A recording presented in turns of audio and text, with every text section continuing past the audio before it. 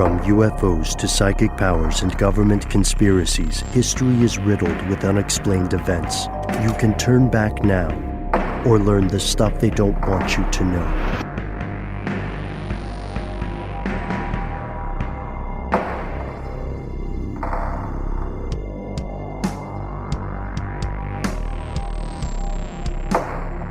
Hello, welcome back to the show. My name is Matt. My name is Noel. They call me Ben. We're joined with our super producer, Paul Deckant, as always. But most importantly, you are you, and that makes this stuff they don't want you to know.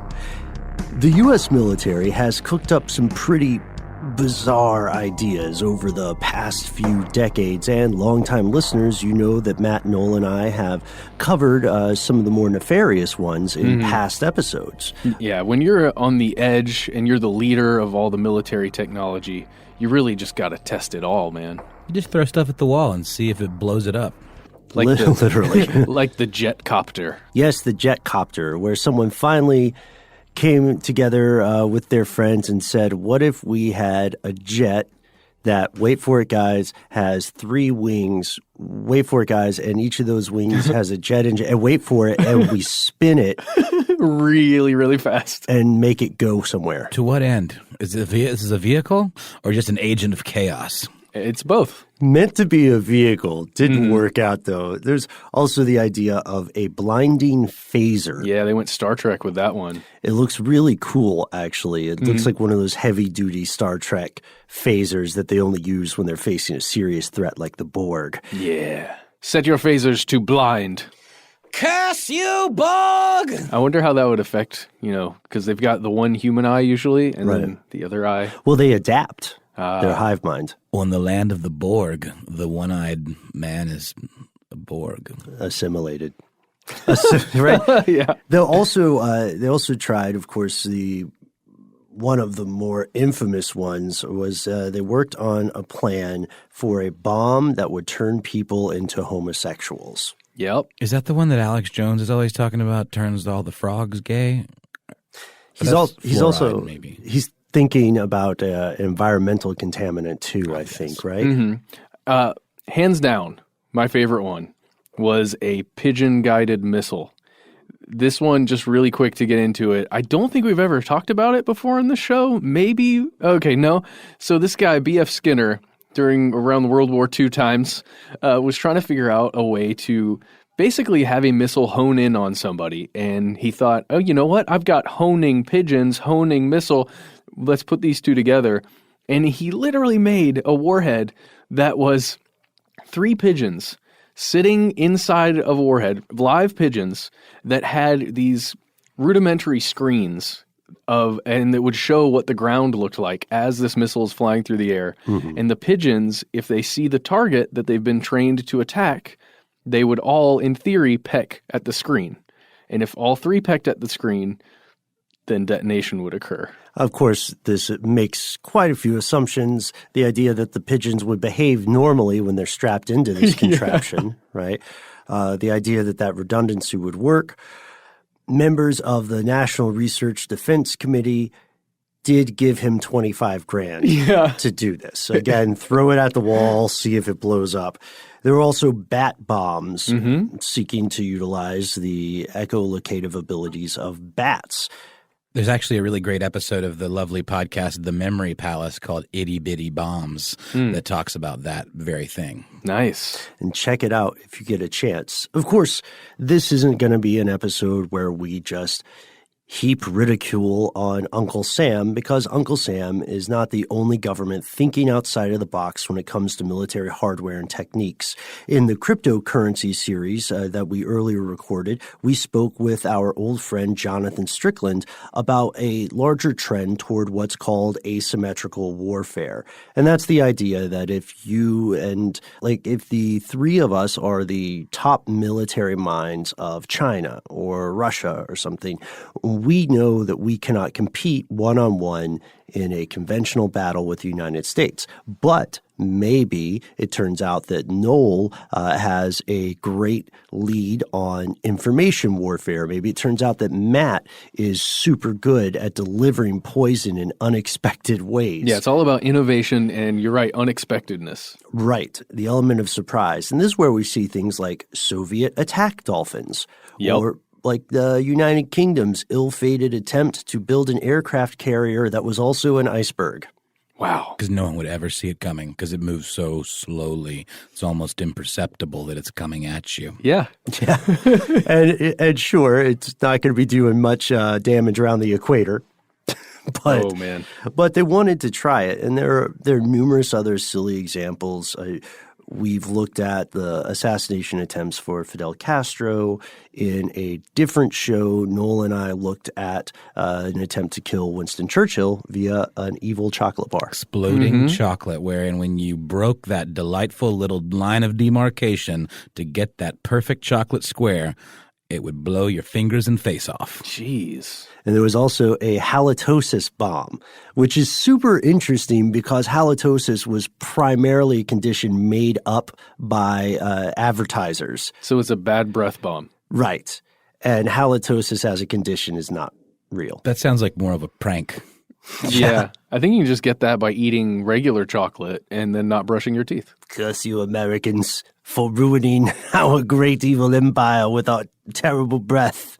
So, minty freshness aside, a lot of these techniques and these weapons and this hardware that various governments dream up never make it past the brainstorming, wouldn't it be cool if phase or the research and development phase. Somebody somewhere along the line thankfully says, guys, I think jet copter is kind of a dumb idea.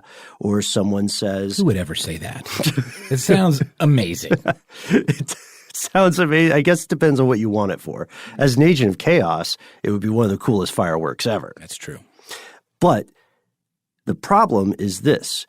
It can be very difficult for us, the general public, even members of other militaries, even in the top levels of intelligence. It can be very difficult to tell what has actually been deployed, what was kicked around and then scrapped, what's actively working is under wraps, or, as we saw often in the Cold War, what's been just sort of marketed as something to be scared of as an attempt to drain the other side's resources, right? There's a lot of propaganda around. You know, a lot of these things do come into the public eye, but only after something goes really, really wrong, as we saw in the case with that stealth helicopter. Yeah, in the U.S. raid on the bin Laden compound in Islamabad, most of the taxpayer public learned that stealth helicopters were a thing when one of them crashed. And you guys remember that, right? Yeah.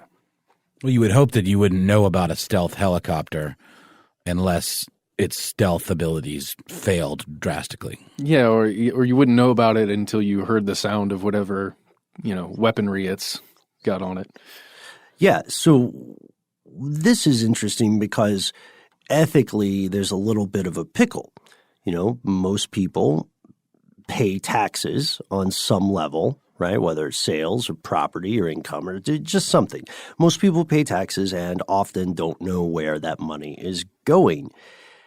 So these weapons, this suppressed technology, this classified technology definitely does exist. It's not a conspiracy theory to say that. It's conspiracy realism. And there are a number of compelling arguments for why that should be kept secret, why we should be paying for things that we don't know about, and even when they might adversely affect us. Yeah, stamp it with national security and let's move on. The great boogeyman. Ooh, right?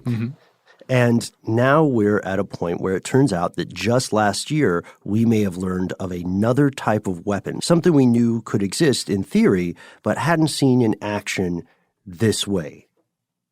Here's where it gets crazy. Already? Yeah. Already. Yeah. So over the course of 2 years, 2016 and 2017, there was some weird stuff going on in Cuba. Specifically, there were U.S. citizens who were serving at the embassy there. They were complaining of these various strange ailments. A lot of it had to do with things affecting their ears and their ability to hear. Like they were experiencing hearing loss. They were experiencing vertigo, feeling like they were going to fall or were falling. They were having headaches. They were even complaining about cognitive deficiencies, like having problems remembering something, more than just when you walk through a door and you forget something, which is something we all experience. They're talking about much more severe versions of this. And just so everybody knows, severe hearing loss was the most common complaint. Mm-hmm. Like, I cannot hear right now, and I've never had a problem with this before in my life. And the injuries were thankfully not found to be life-threatening, but all of the victims had a primary complaint that preceded their experience of this vertigo, this hearing loss, this difficulty with recollection, and it's this. They heard a distinct, loud-pitched, incredibly annoying and painful sound in unusual places, including their homes. Shall we punish our listeners with a clip? Yes, and ourselves.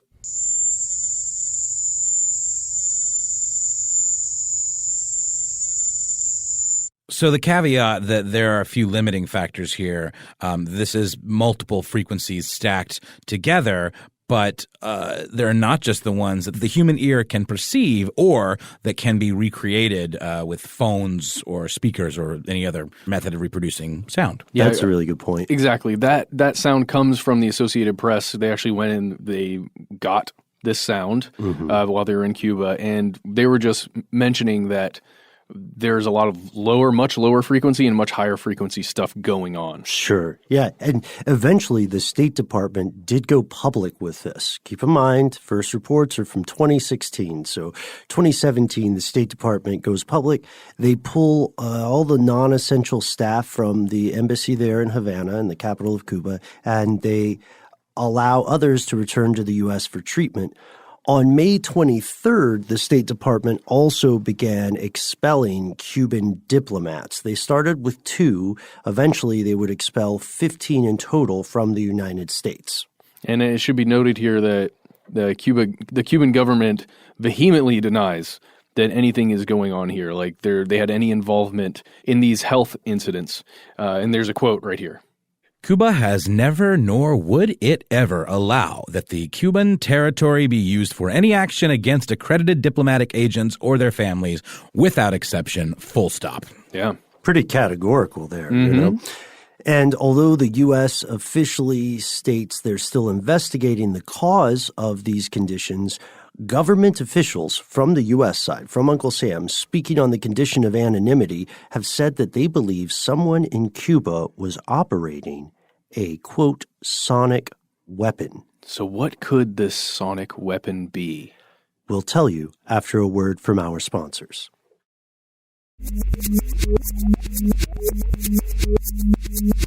So sonic weapons, you might also hear these called ultrasonic weapons or USWs, do what it says on the tin. They use sound to incapacitate, injure, or potentially, in theory, kill their victims, believe it or not, through the use of sound alone.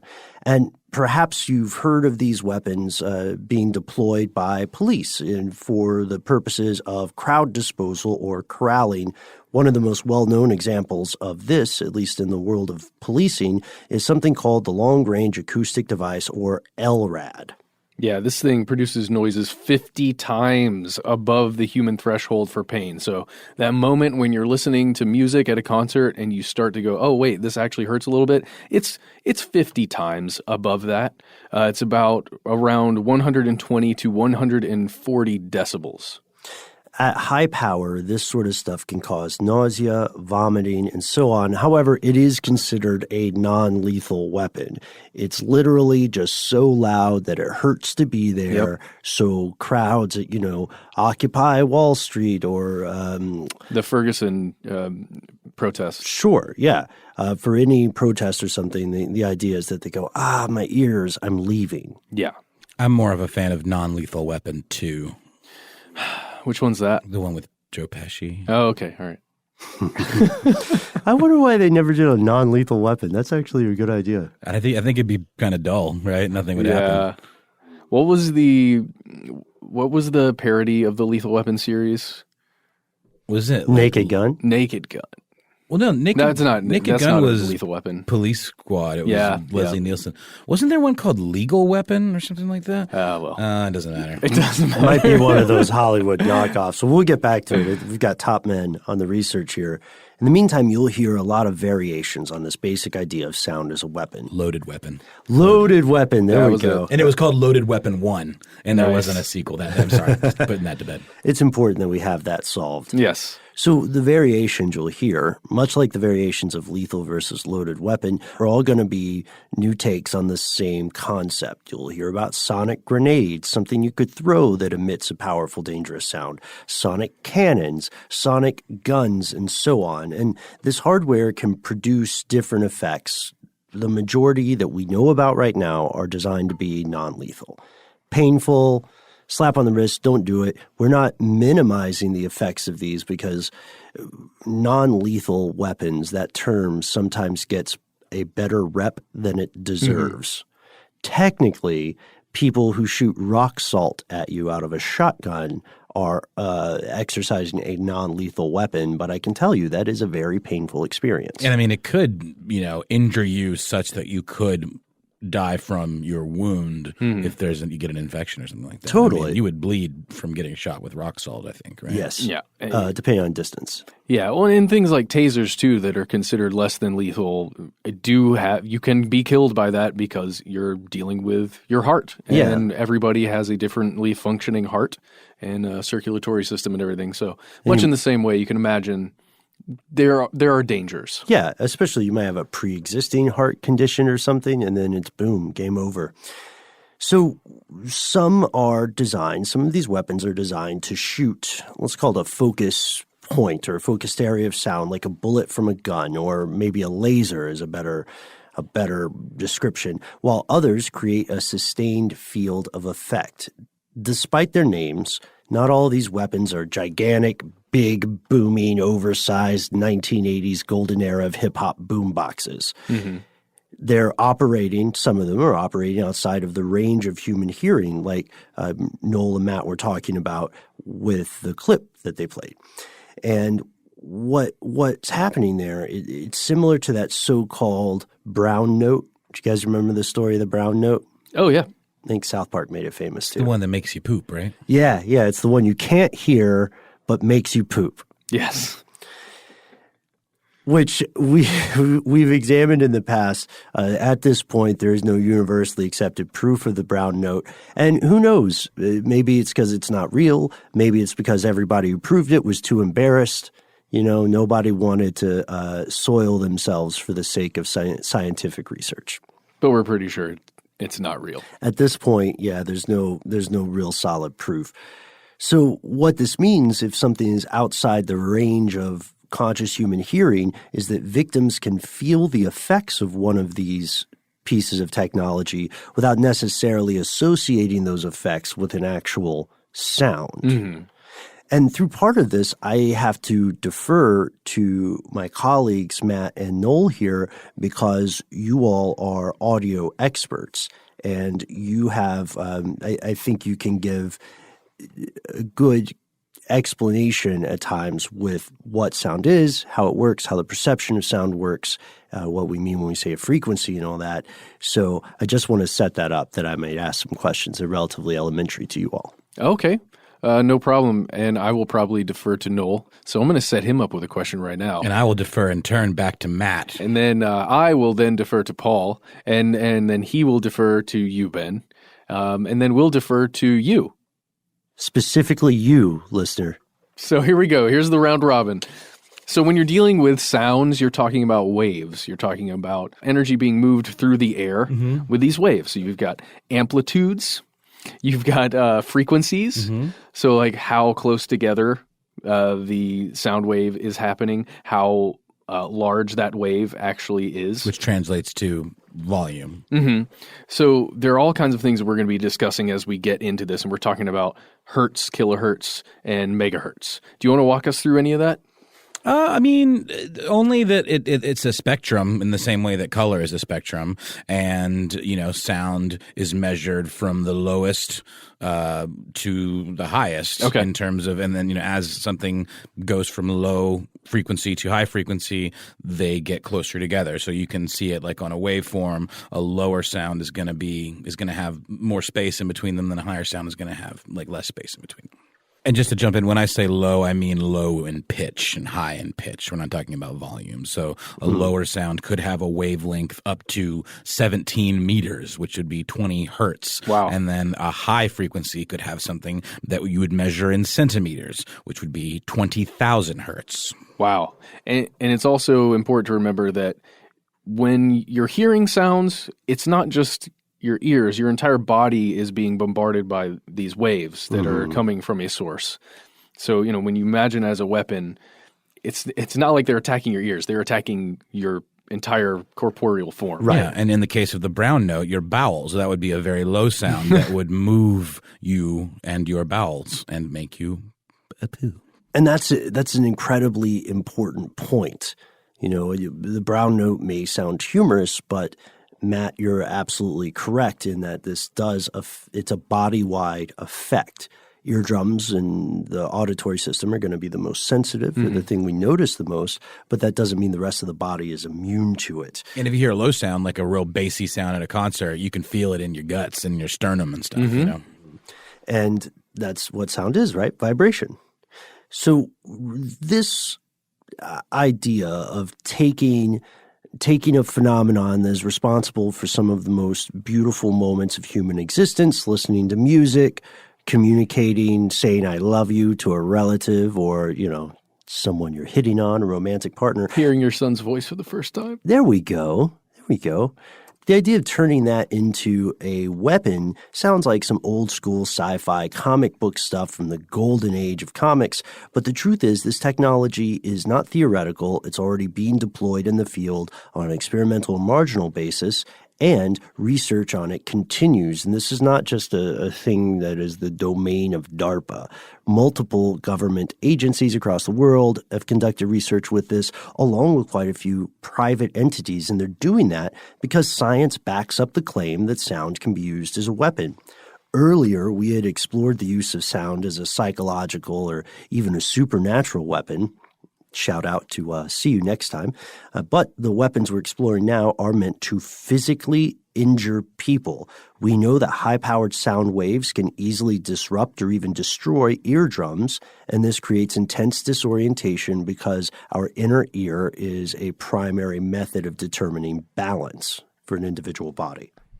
It's making me think back to those side effects you talked about at the top of the show, that it could cause you to get a little cattywampus and start to kind of get that vertigo. Yeah. It makes me think of the character on Arrested Development played by Liza Minnelli, who's always she's got a case of the dizzies, and she'll be walking around normal, and then all of a sudden kind of like, whoa, stumble, and then kind of have to pick herself back up. It's a legitimate thing that people suffer from just, without being afflicted by weird secret government sound cannons. Yes, yeah.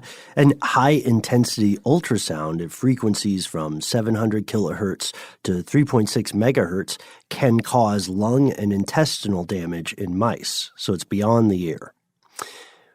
We luckily don't have hard data about that in the realm of human experimentation. At least not that is publicly available. Right. Heart rate patterns following vibroacoustic stimulation can create serious negative consequences, such as bradycardia, atrial flutter. Sonic weapons are used in non-military applications too. Yes. There is a ship called the Seaborne Spirit that at one point used a long-range acoustic device, an LRAD, to deter some pirates that were attempting to board the ship and take things from it and perhaps even take the ship.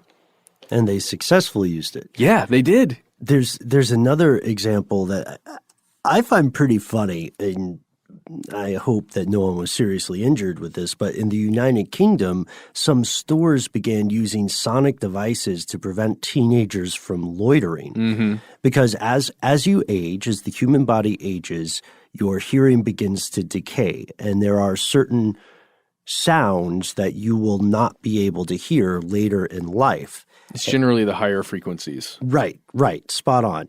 And so these store owners were taking mobile devices and setting them up to emit a sound at a pitch only younger ears were capable of hearing. It's like only teenagers could hear this kind of thing. It's like the millennial Yelp. You know what I'm talking about? Yeah. I think so. In every song. In every song. It's that like, I think it's whoa. Or something Yeah. like that. Oh, yeah? Only millennials can hear that. Oh, man. It does remind me of the sonic anti-pest devices that exist. You can find them in any hardware store for, rodents and insects that emit a high-pitched sound. But if you turn those things on, I swear to you, you can hear it. There's air moving and you can tell. Do you think those actually work? Have you seen evidence that they work? I've not. I've never wanted to have one in my home. Wait, but you can actually keep a real clean home. Yeah, and you can actually hear them, you said. So maybe they work on you. It's not so much hearing as sensing. There's a disturbance in the force. Does that compute at all? Yeah, Okay. Totally. And this is probably an obvious one, but like things like sonar, where you use sonic waves to detect objects and map distances underwater, but it can really mess with underwater creatures who encounter it. It can jack with their equilibrium, like the kind of things we're talking about, like whales. Exactly. Yeah, whales will have migration routes disrupted, and there's a dearth of very significant or substantial research on that because I'm going to argue, maybe this is a topic for a different show, but because various governments operating submarines don't want to admit that they're destroying this wildlife, right? Yep. And of course, I'm sure there are a lot of people who say, oh, you're going to put the price of a whale's life over national security. Yeah, you jerk. To which I say, oh, national security, ooh. But overall, this is fascinating, but pretty spooky stuff, right? Yeah, actual humans being affected somehow by some sound. So what happened next? Well, we'll tell you after a quick word from our sponsor.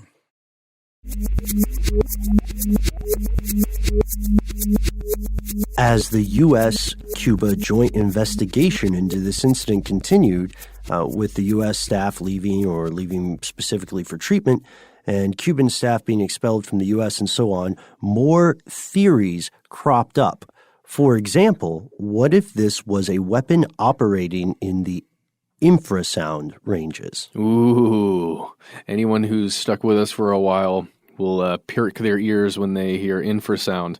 It's because we've covered this before.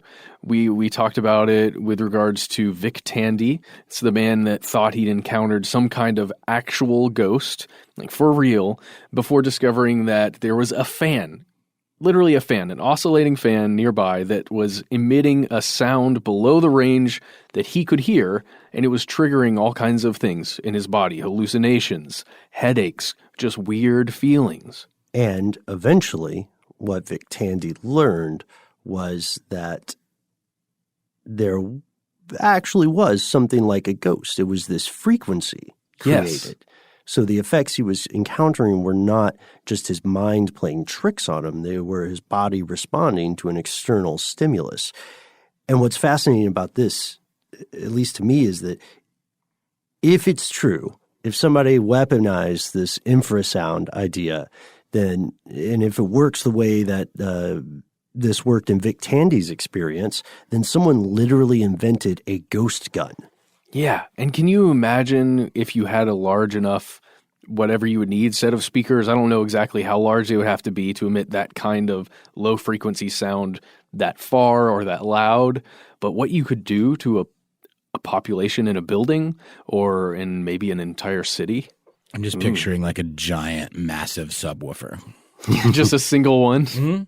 You'd carry it around like on a hand truck. No, you'd put it on a jet copter and you just go around the city. So you're always thinking one step ahead. Okay. However, there are some issues with the idea of infrasound. If infrasound is the culprit here or the means of transmission, then why did Tandy not experience severe hearing loss? Is that to Matt's point, is that because the source of Tandy's experience was just not as large, or perhaps not as optimized for damage. Well, maybe the frequencies were a little different, or maybe what we're dealing with in the Cuban embassy case is this infrasound mixed with the high-pitched tone we heard. Oh, yeah, that's right. Because it's multiple frequencies. We have an audio potpourri. That's a very important point.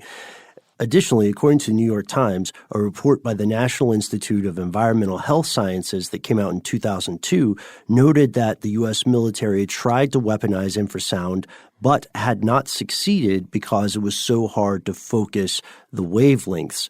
The primary effect of infrasound, they found, appears to be annoyance. That's a quote. Huh. It's just like silly. It goes to what Noel was saying about pranks.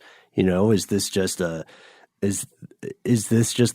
equivalent of incessantly Facebook poking people? Yeah. Well, you use it on the enemy, and it keeps them from getting any work done. See, that's really good. But I gotta say, I don't know if I really believe this. I mean, I hate to say I don't believe a report by the National Institute of Environmental Health Sciences, but I think it's fine. Who are they? Yeah. Who are they to you? It feels like you could definitely weaponize this thing. I can understand the biggest problem being not being able to focus the wavelengths, because maybe you're affecting the people who are also supposed to be operating whatever you're deploying. Oh, yeah. Or something like that. Like those giant guns, like the Babylon gun and rockets, where they had where the gun was so large that the operators had to go 300 yards away, cover their eyes, nose, ears, and I think basically all their other orifices with cotton, and then would still be bleeding when they launched it. Jeez. So maybe it's a situation where they said they couldn't effectively weaponize it because they couldn't weaponize it in a way that conformed to the operational constraints. Like if it needs to affect somebody within X amount of yards. And without making everyone's anus bleed. Without making everyone's anus bleed. And if, those are considerations. And right now we don't know what those exact constraints would be. But this leads us to another possible culprit. So if infrasound, if we are taking the word of the National Institute of Environmental Health Sciences and their secondhand report, which it is secondhand, it's not a primary source, if we're taking their word for it and infrasound for some reason doesn't work out, then what about ultrasound? Okay, so with infrasound, we're talking about the lowest end of the spectrum as far as wavelengths go. What about that high-end stuff? So at those really high frequencies we were talking about, with the really small wavelengths that are measured in centimeters rather than meters, higher than 20,000 hertz, which is beyond the range of human hearing, ultrasound can totally do serious tissue damage if produced with enough juice. That's key. Right. That's why, okay, so for anybody in the audience who had kidney stones or knows somebody in your family who had kidney stones, that's why one of the treatments that doctors use for kidney stones is ultrasound. They'll use focused blast of this very high frequency sound to break kidney stones apart into small enough pieces that they can pass through your body. But luckily it does not affect your boys. You're right. Yeah, luckily. Yeah, we're sure about that because I still haven't had one. Well, I don't know. That's my question. I mean, I guess it's the focused nature of it. Like if they shot you directly in the testes with that, maybe it could have some impact. I imagine. Well, yeah, that's good. It just turns it from kidney stones into kidney shards. Balls aren't built for ultrasound. Yeah. But without being frightening about it or alarmist, it is absolutely true that this stuff can do physical damage, and this focused form of damaging kidney stones is only one application. You also hear about lower versions of this when someone has an ultrasound during a pregnancy, right?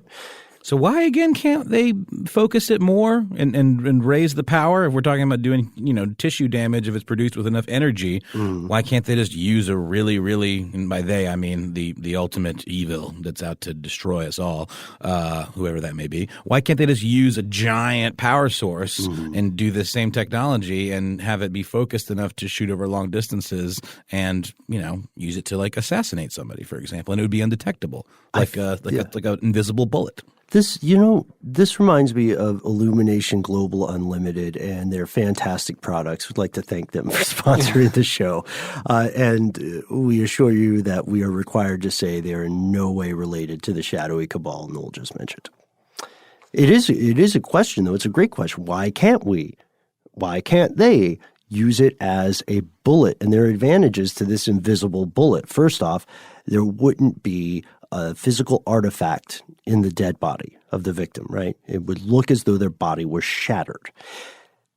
But the issue is, even though researchers found that they could create beams that were powerful enough in a laboratory, so maybe not mobile, to kill a mouse at close range, a fatal sonic weapon.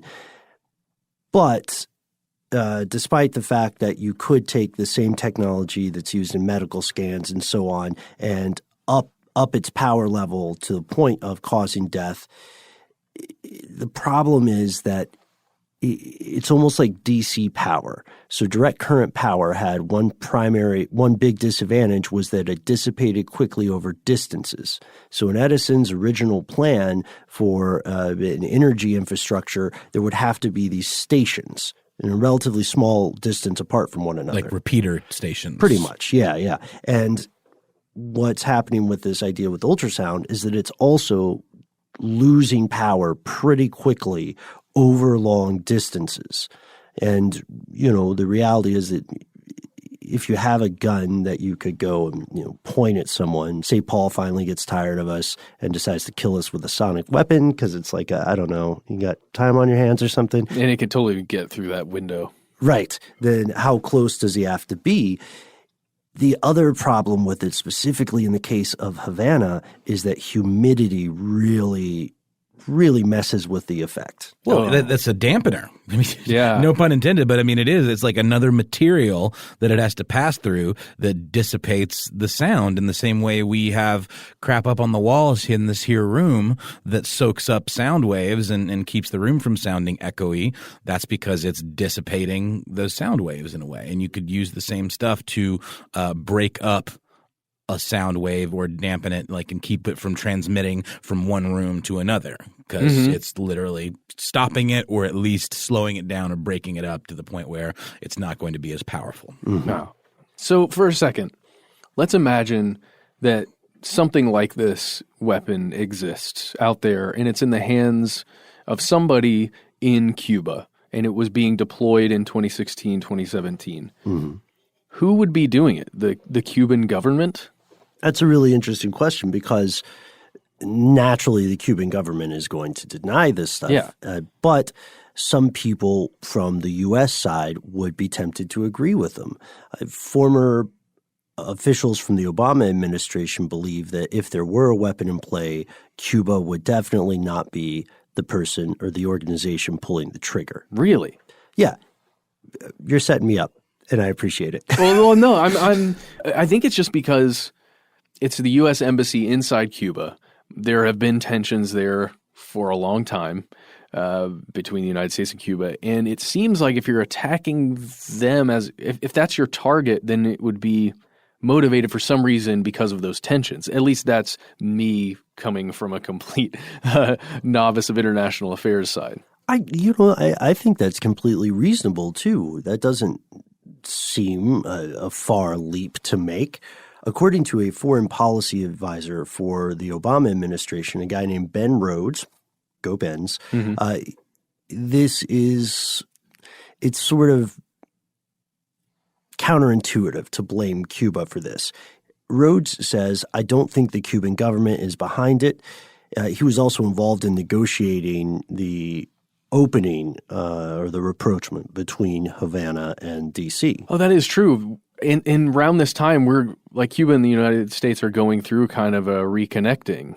Right, yeah. Huh. First, says Rhodes, these things apparently started in December. At the same time attacks were starting, the Cuban government was frantically concluding agreements with us being the Obama administration, signing business deals, in other words, trying to preserve the relationship. So the notion that at the same time as doing that, they would initiate something that's so obviously designed to blow up the relationship doesn't make sense. Ah, but it does make sense. What's that? A splinter group within the government or within some intelligence agency that's functioning in the Cuban government or the United States government. Or an agent of chaos who doesn't want the relationship to go. A jet copter of sorts. Ooh. I could totally see that happening. Somebody, even from the U.S. side, this is complete speculation. Sure. Someone from the U.S. side that didn't want the relationship to be rekindled. And so they do an attack on the U.S. embassy to make it look as though relations are souring. So this takes us to another question then, which would be who then would be the hand that moves the sonic weapon? It could be, as you have proposed, Matt, a splinter group on the U.S. side or on the Cuban side who doesn't want to see the relationship open, right? Mm-hmm. Or wants to at least maintain a status quo of isolation on Cuba's end. Other people will point the finger at some of the U.S.'s longtime recurring boogeymen. A similar case was reported in Uzbekistan. A USAID officer and his wife had symptoms that closely matched what was happening, or what the employees in Cuba said was happening to them. And this led some media sources to blame Russia and say that Russia was deploying this. They did it in Uzbekistan. They're doing it in Cuba. Interesting. Because they're bad. Oh. It's like that's like the assumption. Well, yeah, but that is another angle, though, I guess, because Cuba and Russia, again, have a long-standing relationship, and I wonder if there was anything there. Oh, man, I love pondering these things without knowing all the information because it leaves so many different avenues open to think about. So the other twist there is Cuba went a step further. They said there's absolutely no proof that any weapon exists or was deployed, not just by them, but by anyone. Mm-hmm. They're saying, look at what happened, look at what people are reporting. There's no gun.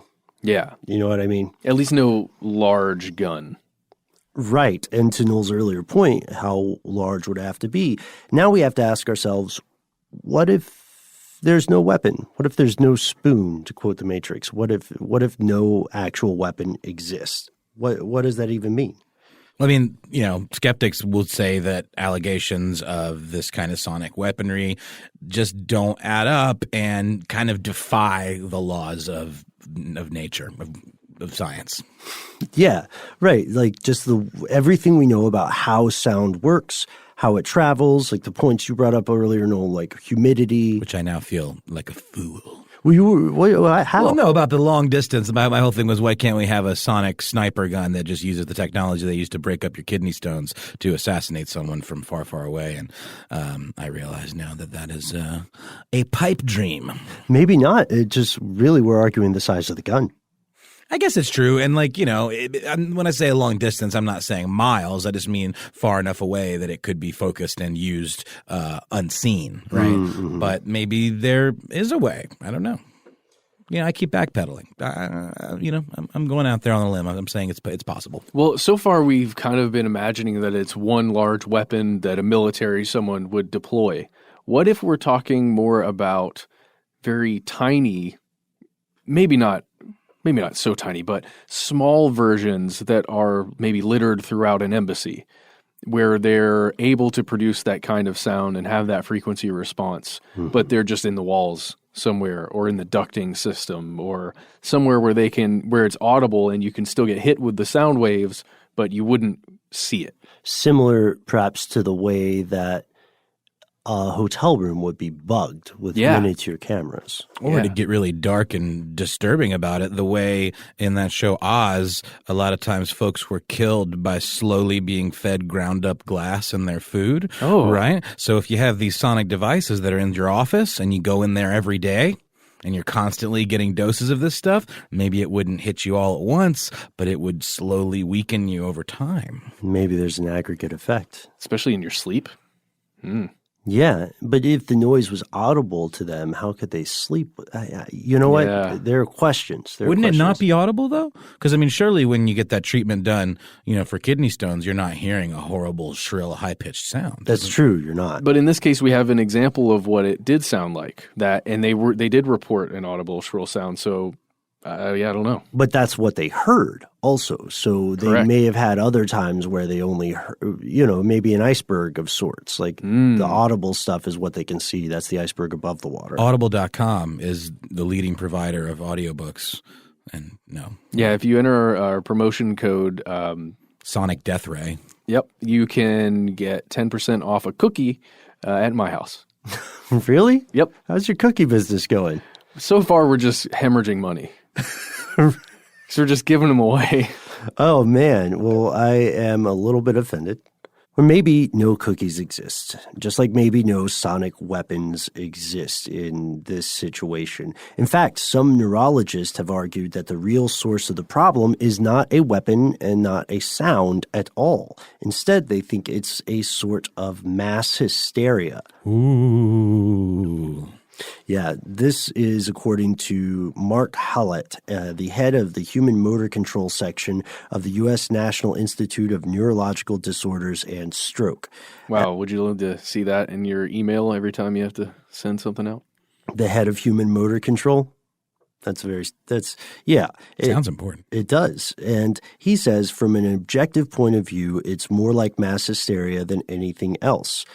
Mass hysteria is something we've mentioned before, maybe when we talk about Salem witch trials. Which was the source of my ooh, by the way. I'm not dismissing mass hysteria. It, of course, can absolutely be a thing. I was just trying to play the game.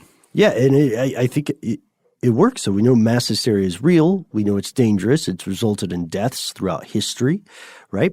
Oftentimes the deaths of completely innocent people.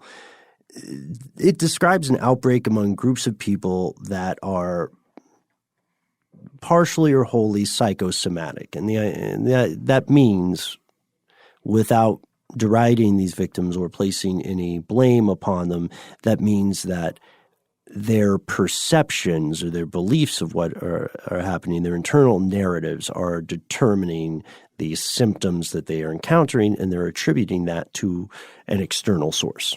Yeah. And I wonder throughout the investigation that's being conducted, if they're focusing on everything like the water supply for that building, because you're talking about a lot of people who are drinking the same water, who are using the same facilities, who are breathing the same air, that's all in a closed system. So I wonder if, there are other extenuating circumstances there. That's a good question. We don't know how far the investigation has gone because they're not completely public about much else other than the investigation is ongoing. Yeah. Right? A phrase we hear often. Well, Hallett says this is more commonly a thing that affects smaller groups of people, often in families, but he does say it's feasible for a larger group to be affected if they're working together closely, especially in a tense and hostile environment. There you go. And it's probably true. They are seeing the same people every day. They're probably living in somewhat of a bubble. So that's a neurologist's take on it, and it leads us to some conclusions. Where are we at now? Well, the Cuban Ministry of Foreign Affairs claimed that it learned of these health issues on February 17th and opened a, quote, comprehensive priority and urgent investigation, end quote, and they formed a committee to carry out said investigation.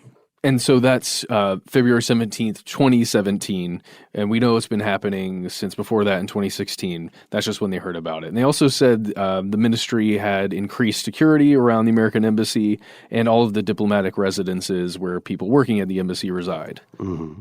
And they additionally said, as we had mentioned earlier, there's not a weapon. Mm-hmm. If there was, Cuba had nothing to do with it. Nothing to see here. Why on earth would we do that? Yeah. Stop accusing us of stuff. And according to a spokesman for the State Department's Bureau of Western Hemisphere Affairs, since September 29th, 2017, the Department of State has been contacted by 19 U.S. citizens who reported experiencing symptoms similar to those listed in the travel warning after visiting Cuba. So these are extra other people. Right, who are reporting these symptoms. At this point, we do not have a conclusive cause. It's up in the air as to whether we will ever find a conclusive cause.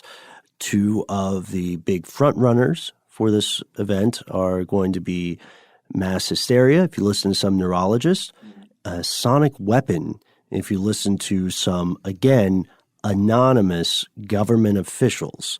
You have to wonder about the timing of this. As Matt said, you have to wonder about the specifics and how much happened behind the curtain. But as we know now, something happened. Yeah. Something happened. Is there a cover-up? Is it just a case of people being misinformed? Do you have some insider info that you would like to share with us? If so, we'd love to hear your thoughts. You can find Matt, Noel, super producer Paul, and I on Instagram. You can find us on Facebook. You can find us on Twitter. And we're Conspiracy Stuff at most of those, but Conspiracy Stuff Show on Instagram. And one last thing before we leave. There's a declassified Department of the Army. I guess it's just a report or part of a report that you can read. Search bioeffects of selected non-lethal weapons. And you should find a PDF. There's one on Wired I know that you can get. It's just going through a lot of the stuff with microwaves and radio frequencies and everything that they've tested over the years to see like what negative effects on the humans and other animals can occur. It's a huge read. You probably won't get through all of it, but there is some meaty stuff in there just about the possibilities. And all of that social media stuff that we rattled off, that's all cool, but if you don't feel like reaching out in that particular way, we've got the perfect solution for you. You can send us an email. We are conspiracy@howstuffworks.com.